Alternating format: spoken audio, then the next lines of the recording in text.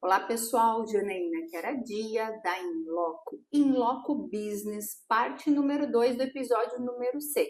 Se você ainda não acompanhou o episódio número 1, já está à tua disposição com informações super relevantes a respeito das nossas duas autoridades desse episódio, o Dr. Sérgio Neto, o Dr. Iris Losso, e informações sobre NR1, as modificações. Agora sim, vamos aprofundar esse cenário de informações, de modificações, preocupações também que possam ter, fiscalizações adequadas dentro desse ambiente de trabalho, empregado, empregador, prestadores de serviços, sério, esse universo que movimenta a nossa sociedade.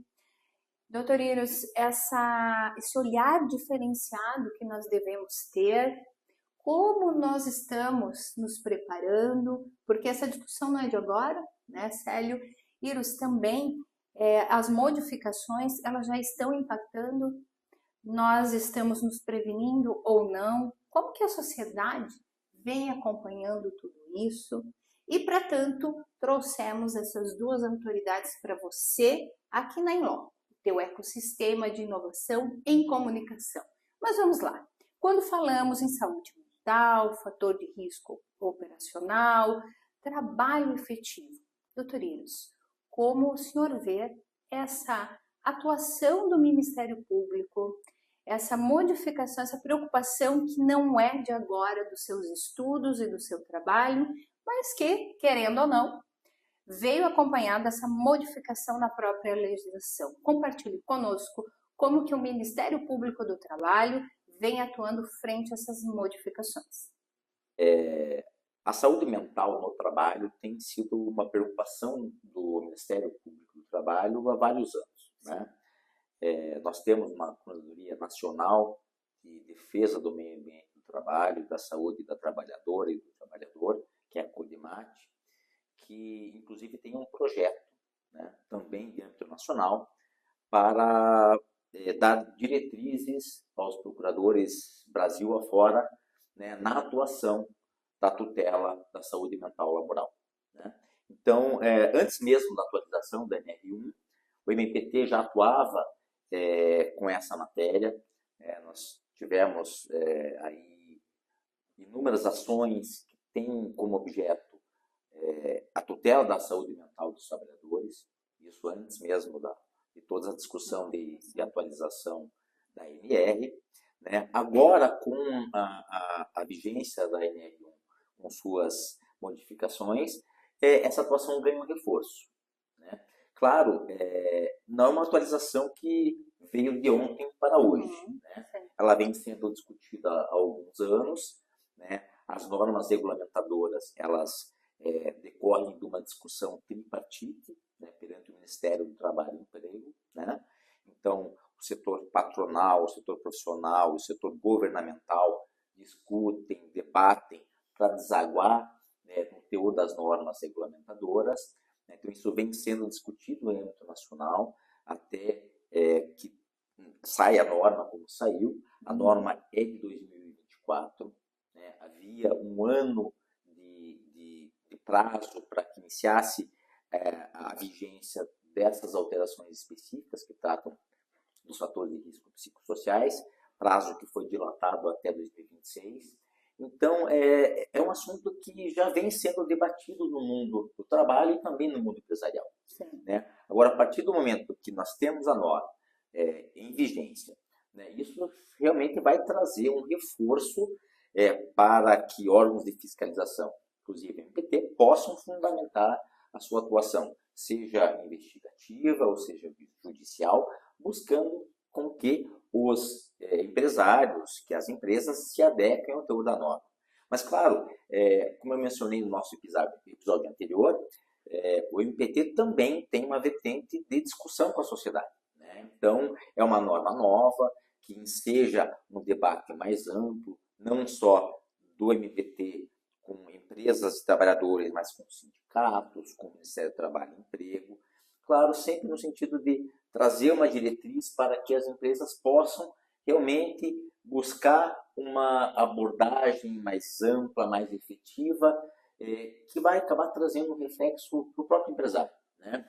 Quando a gente fala de atuar preventivamente em relação à saúde mental dos trabalhadores, a gente vê hoje um número, às vezes, elevado em determinada empresa de afastamentos por depressão, por ansiedade, por algum transtorno psicológico. E a empresa atuando preventivamente, fazendo análise correta de riscos psicossociais, trazendo uma empresa de assessoria de saúde e segurança que tenha conhecimento nessa seara também para fazer a correta identificação, avaliação dos riscos psicossociais, quais as medidas que têm que ser incluídas no seu plano de ação para prevenir esses distúrbios, lá na frente, daqui a pouco ela vai ter um benefício. Sim. Porque ao invés de você ter, por mês, um absenteísmo, uma empresa de 1.000 empregados, 70 se afastando por distúrbios, você vai ter 2, 3 por nenhum. Né? Então, isso gera uma produtividade maior para a empresa também. Né? Menos percalços de afastamentos no trabalho. Sem dúvida. Né? Então, e essa abordagem, importante a gente trazer aqui, Janaína, até para caminhar assim, para uma conclusão que eu vejo do assunto. Então, a atuação vai ter que ser não só prevenção. A prevenção é a palavra-chave. Né? Prevenir os adoecimentos mentais que possam gerar o afastamento. Mas também na promoção da saúde mental. Exato. Então, o empresário tem que atuar, não só pensando, na doença, não quero que fique doente, mas promover a saúde mental, o bem-estar dos seus empregados, dos seus trabalhadores, que isso vai gerar um ambiente de trabalho muito mais propício dentro da empresa para uma produtividade maior, para uma satisfação daqueles trabalhadores, para trazer um retorno também para a empresa e certamente resultados muito melhores para o empresário. Até porque esses resultados refletem na própria Justiça do Trabalho. Sim, passivo trabalhista muito menor, não discussões sobre, se afastou por algum problema, algum adoecimento mental, isso tem a ver com o trabalho. Não, vamos tentar eliminar esse item ali de passivo trabalhista. Isso se faz com prevenção e com promoção da saúde, inclusive mental, no ambiente de trabalho. E outra situação que tem despertado também a discussão é esse marco que nós tivemos de relações de trabalho antes da pandemia e pós-pandemia. Sem dúvida. Como que o Ministério Público tem observado esses reflexos e agora diante da NR1 também?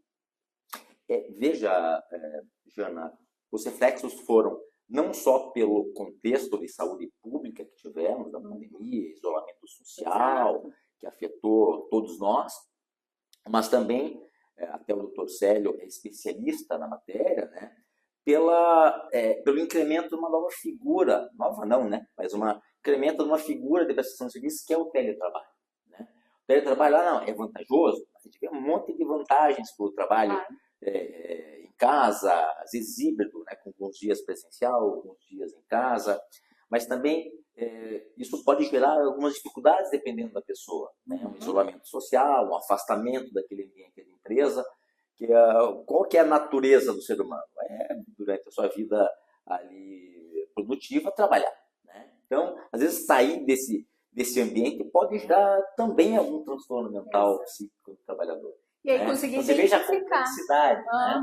Então, veja, tudo isso veio a desaguar no momento que é crucial. Nós temos que discutir seriamente a questão dos riscos psicossociais e a saúde mental no trabalho. Isso que a norma trouxe, de fato, formalmente, para o âmbito das relações de trabalho no Brasil. E agora, já aproveitando esse contexto que a gente estava conversando, caímos para Célio Neto para falarmos um pouquinho melhor sobre os reflexos de tudo isso frente às obrigações empresariais. Bom, está tudo dentro de um grande compliance. Né? Então, veja, a NR1 entrou em vigor agora 26 de maio, mas ainda com a fiscalização postergada por mais um ano. Entretanto, como colocamos aqui no primeiro bloco, todo o arcabouço jurídico já coloca que os resultados decorrentes da não adoção de uma política de prevenção, que é bem desenhada na NR1, tende a responsabilizar o poluidor pagador, que aqui vamos chamar, nesse caso, dentro das relações de trabalho, como poluidor pagador, uma vez que nós estamos usando o princípio da prevenção, o empregador que não seja diligente, que não cumpra com o seu dever constitucional de manter um ambiente de trabalho rígido, saudável. Bom, então, muito bem, mas se a gente está falando em compliance, o que a gente vai seguir? Bom, vamos começar olhando lá para a lei 14457, que trata da adoção de políticas internas. Vamos falar sobre prevenção à violência e ao assédio. Então, eu vou revisar o meu código de ética e conduta, eu vou revisar o meu regulamento interno, eu vou inserir até mesmo no código de ética e de conduta quais são as definições de assédio moral, de assédio sexual, que o assédio moral ele pode ser vertical, descendente, ascendente, ele pode ser horizontal, ele pode ser combinado, como que se dá. Eu vou falar sobre o assédio sexual, seja ele por intimidação, seja ele por chantagem, eu vou explicar. Bom, então eu começo a estruturar a minha governança por meio do Código de Ética e de Conduta, pelo regulamento interno. Eu vou revisar o meu comitê de ética. Há clientes que nós instituímos até mesmo o Comitê da Mulher, Igualdade e Diversidade, para que com isso a gente tenha uma maior, até mesmo pensar em questões envolvendo a mulher, porque vale observarmos que o Brasil, no Brasil nós tivemos metade das mulheres que já foram vítimas de assédio moral ou sexual no trabalho, e menos de 1/3 dos casos são reportados. Sim. Então, sempre que eu dou palestra em cliente ou em algum lugar de convidado e tal, eu procuro dar alguma ênfase nesse sentido, porque não é possível que nós não nascemos de chocadeira, que nós homens não olhemos para esse cenário e pensamos, bom, o que a gente pode fazer para evitar isso? Porque nós temos metade dos casos, a gente sempre tem que pensar que é possível que aconteça aqui. Então, combinado com esse fator de uma governança, eu vou instituir uma política de conscientização. E a própria Lei 14457 traz ali os treinamentos obrigatórios a serem dados no período a cada 12 meses. Então, desde o onboarding, desde o momento em que a pessoa ingressa na empresa, que ela entenda que aquela empresa, e o comportamento da empresa deve ser efetivamente nesse sentido, não tolera o assédio, a violência, e trabalhar com uma comunicação não violenta, uma comunicação assertiva. Então você começa a trabalhar isso dentro de um programa de treinamento, onde você traz a prevenção ao assédio e violência e vai apresentando as políticas internas da organização. Eu tenho muitas vezes dado essa palestra junto com outra palestra que a Ana Mussi dá comigo, ministra junto comigo, que ela aborda a comunicação não violenta, que a gente fala o que é assédio, o que não é assédio, onde é super importante também a organização entender que estabelecimento de meta, estabelecimento de prazo, não é assédio. Eu posso ter meta, eu posso ter prazo. O que eu não posso é estabelecer metas inatingíveis, prazos que não podem ser cumpridos. A jurisprudência é farta nesse sentido de que a cobrança de metas, a exigência de produtividade, ela está dentro da livre iniciativa, faz parte do poder diretivo do empregador, até mesmo frente ao risco da atividade que pertence ao empregador. Claro. Você dá o exemplo, chega no final do mês, o empregador vai pagar o salário teve resultado ou não. Só que se não tiver resultado meses seguidos, aquela organização fecha. Então, até mesmo a própria proteção do emprego depende da produtividade no resultado. A maneira é como executar essa cobrança e tudo mais. Bom, então essa conscientização é fundamental. E aí a CIPA A+, ela exerce qual papel? A CIPA exerce também o papel de conscientização, o papel de treinamento, o papel de trazer essas disposições para conhecimento de todos. Então, dentro de uma política organizacional, você vai fazer comunicados, você vai orientar que existe um comitê de ética, vai apresentar os canais de denúncia, que até com base na Lei 14457, as denúncias são feitas de forma anônima, então elas são feitas de forma anônima, são processadas de forma anônima, a gente sempre orienta que, inclusive, a coleta dos depoimentos deve ser feita mediante NDA, ali no curso de um procedimento administrativo de apuração, porque se houver uma denúncia, você vai ter que investigar, não vai poder punir de imediato o suposto infrator, aquela pessoa que foi alegada como descumpridora de alguma norma ou violadora, como assédio ou violência, enfim. Então, é toda uma estruturação de um compliance que as empresas têm que... e isso independe da NR1. Aí você traz para o campo da NR1. E na prática eu tenho a inserção dos fatores de risco psicossociais. Então eu vou analisar o quê? Eu vou analisar o contexto, o modo de realização do trabalho. Então, como o Wills bem trouxe aqui, uma outra questão relativa ali ao ambiente de trabalho. Então vem uma organização e diz o seguinte, não, aqui nós não temos uma sobrecarga de trabalho, no entanto você vai olhar o registro de jornada, eu tenho um número excessivo de horas extras realizadas. Ah, não pode realizar horas extras? Não pode, mas tem que olhar, porque esses fatores eles podem ser desencadeadores, e aí depois vamos ter que analisar os fatores de risco, a severidade, né? E aí fazer uma série de apurações. Então, e aí eu faço, a partir de toda essa construção, eu vou começar identificando e avaliando aquele ambiente para ver se eu tenho fatores de risco psicossociais. Feita essa avaliação, eu vou traçar um plano de ação, como o Wills bem trouxe. Nesse plano de ação, eu vou trazer ali quais são as medidas que devem ser adotadas, que envolvem tanto essa conscientização quanto as políticas, etc. e tal, para que essa organização cumpra com as disposições da NR1 e, muito mais do que isso, com o próprio plano constitucional.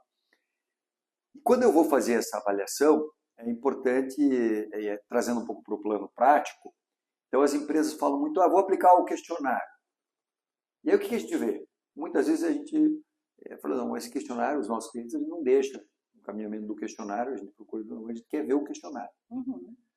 Porque uma questão muito comum, Jana e Wills devem ter observado isso, é que os questionários eles são muito dirigidos à pessoa e não ao contexto de realização e modo de realização do trabalho.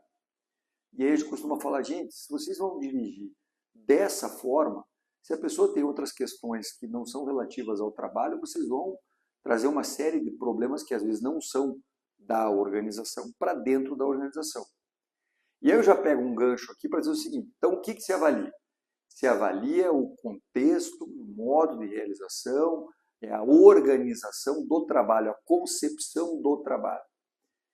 E aí, quando você pensa a partir daí, você observa que esses questionários, inclusive eles devem ser realizados, eu sugiro que eles sejam feitos por setores, em que haja similitude de atividades, para que você possa organizar esses dados, inclusive de forma anonimizada, em que você vai aqui cumprindo mais uma vez dentro de uma ordem de compliance, uma adequação à LGPD, você vai coletar dados e esses dados eles vão representar não a percepção de um trabalhador ou de uma trabalhadora, mas a percepção de um setor ou de outros setores. E a partir dali você vai fazer questionamentos relativos então à concepção, organização do trabalho, enfim. Então, não se trata da coleta, inclusive, de dados pessoais. E aí, quando você, tal como o número de afastamentos, são outros números que devem ser também utilizados como meio de administração. Então, se eu tenho um absenteísmo alto, se eu tenho um número grande de afastamentos por doenças relacionadas ao trabalho, eu tenho ali um cenário que não pode ser desprezado e que deve ser lido em conjunto com esse questionário, que não é um questionário padrão e não é o único meio de se realizar essa medição, que não precisa ser obrigatoriamente por um questionário. Embora possa um clima organizacional verificar diversas situações, é um pouco diverso, mas também pode ser utilizado para essa medição. Então, acho que são uma passagem rápida aqui, de uma leitura a partir de um cenário maior, trazendo para o cenário de dentro da organização e das práticas que podem ser adotadas para efeito de cumprimento da NR1.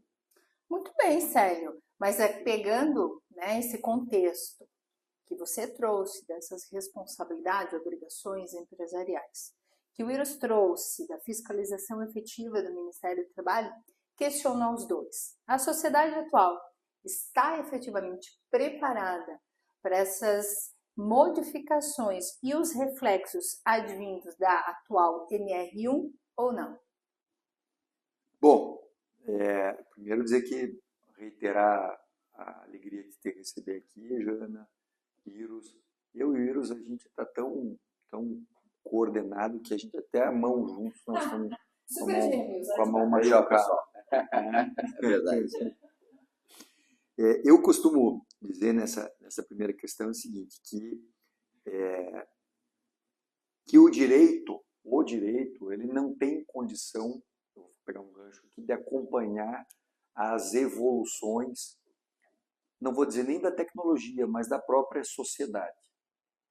E não ao acaso, a Constituição Federal, ela traz vetores de aplicação. Ela é ampla, vaga e aberta, diferentemente da legislação infraconstitucional. Por que ela é assim? Porque ela deve ser aplicada de acordo com o destinatário da época.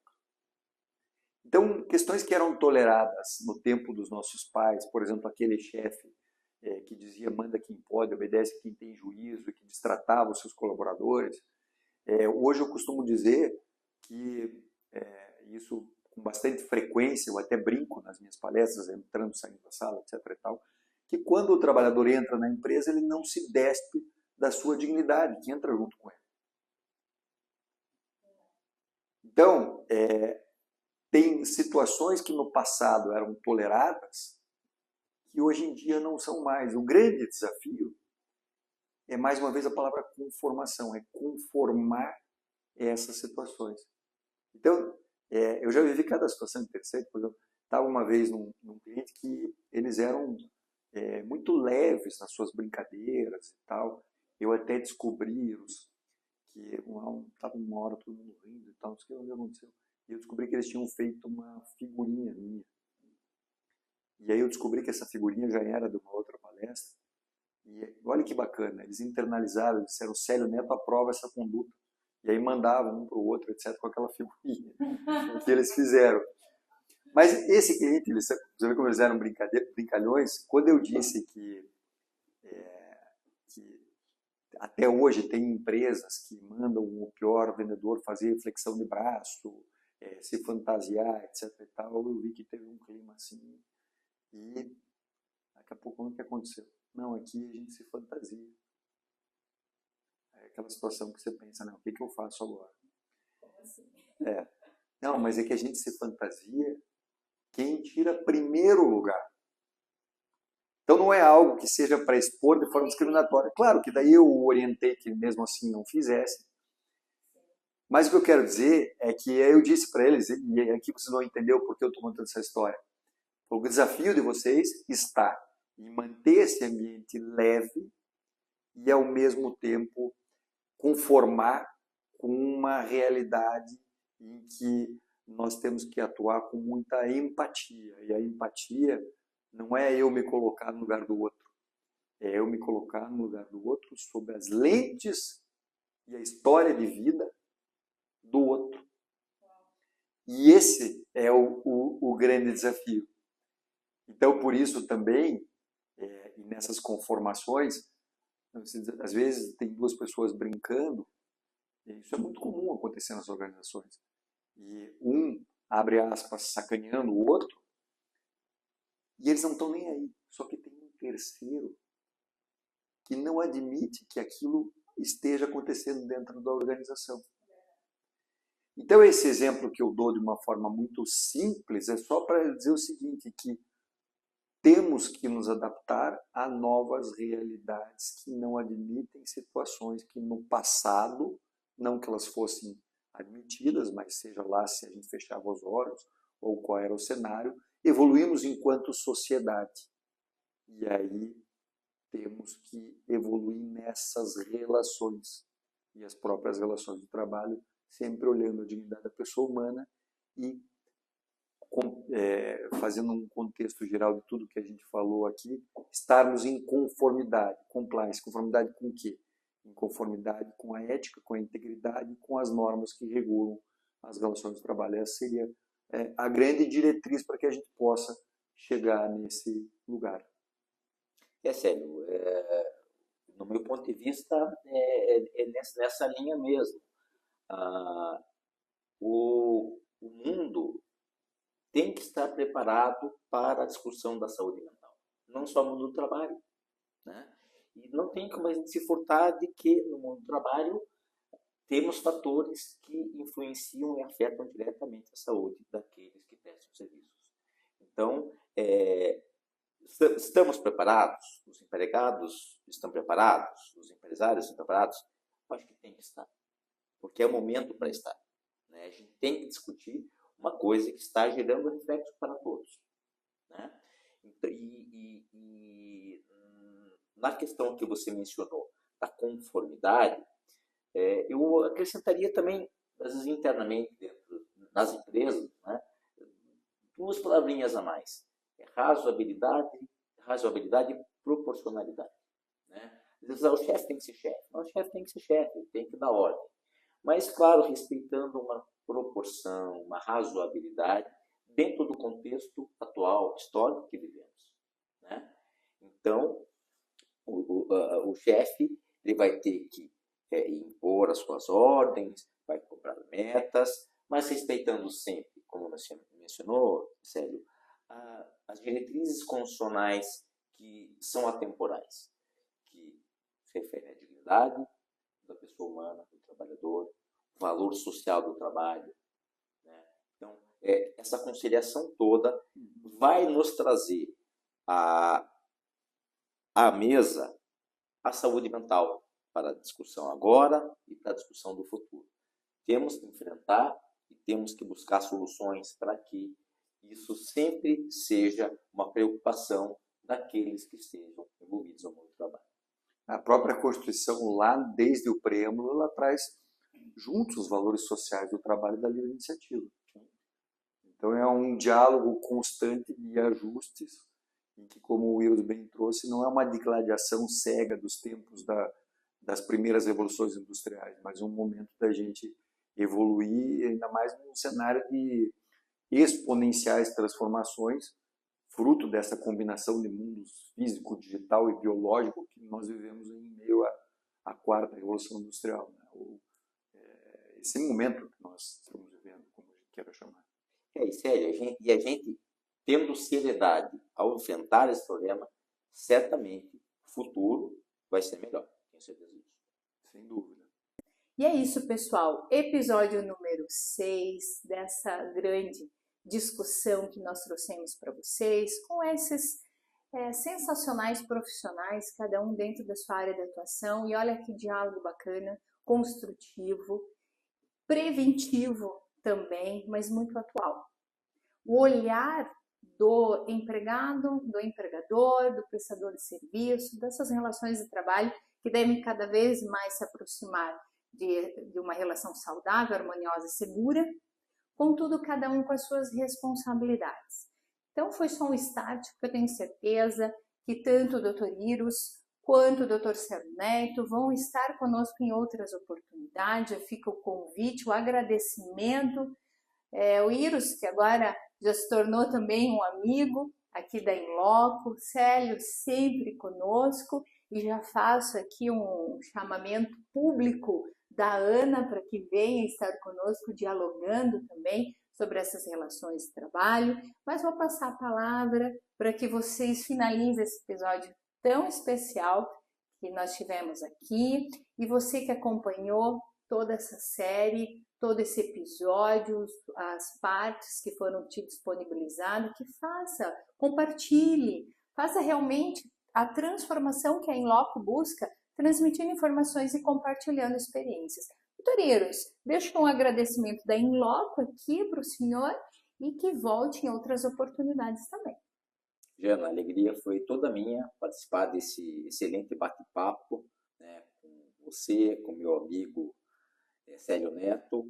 de um tema realmente que vai afetar todos nós, afeta e vai seguir afetando, temos que enfrentar.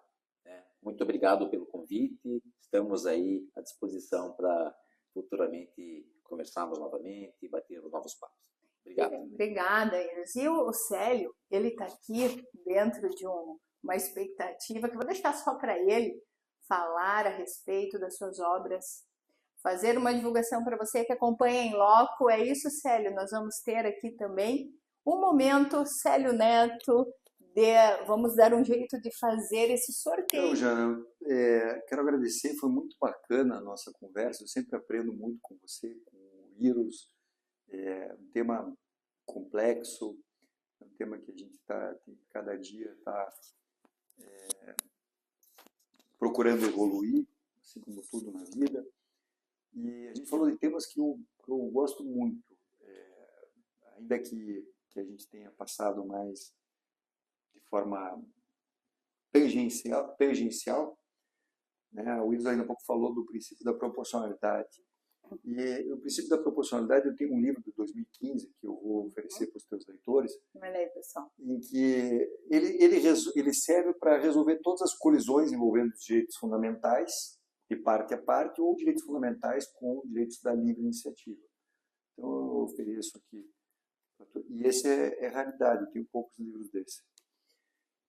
Eu vou oferecer também um do trabalho em ambiente virtual, onde todas as transformações que ocorreram, quer dizer, todas é muita falta de modéstia, não. Algumas transformações que ocorreram ao longo da pandemia, o próprio isolamento social e tal, é abordado aqui. Legal. Nessa obra. E aí, pessoal? E como a gente falou também de proteção de dados, a gente falou de anonimização e tudo mais, essa obra aqui da proteção de dados, que você pode sortear para o teu pessoal, como um mero agradecimento aí pela gentileza de participarmos aqui. Então, mais uma vez, muito obrigado, Iros, por me permitir estar com você nesse momento especial, desejando aí que todos curtam esse diálogo, que para nós foi muito bacana. Célio, quero agradecer mais uma vez. E, pessoal, faz o seguinte, manda no direct, tá? Tem um comentário a respeito desse episódio que nós fizemos aqui, que eu vou encaminhar para o Célio, cada comentário, e ele vai selecionar aquele que é merecedor de cada uma das obras, e nós vamos fazer a entrega, né, Célio? Porque aí a gente consegue fazer, inclusive, com autógrafo diferenciado. Então, não deixe de me mandar teu direct com o teu comentário a respeito desse debate que foi promovido. Mais uma vez, agradecer aos dois participantes de hoje que contribuíram com o princípio basilar desse ecossistema de inovação e comunicação que é a Inloco, transmitindo informações e compartilhando experiências. Não deixem de acompanhar os próximos episódios do Inloco Business aqui nesse ecossistema. Até mais, pessoal!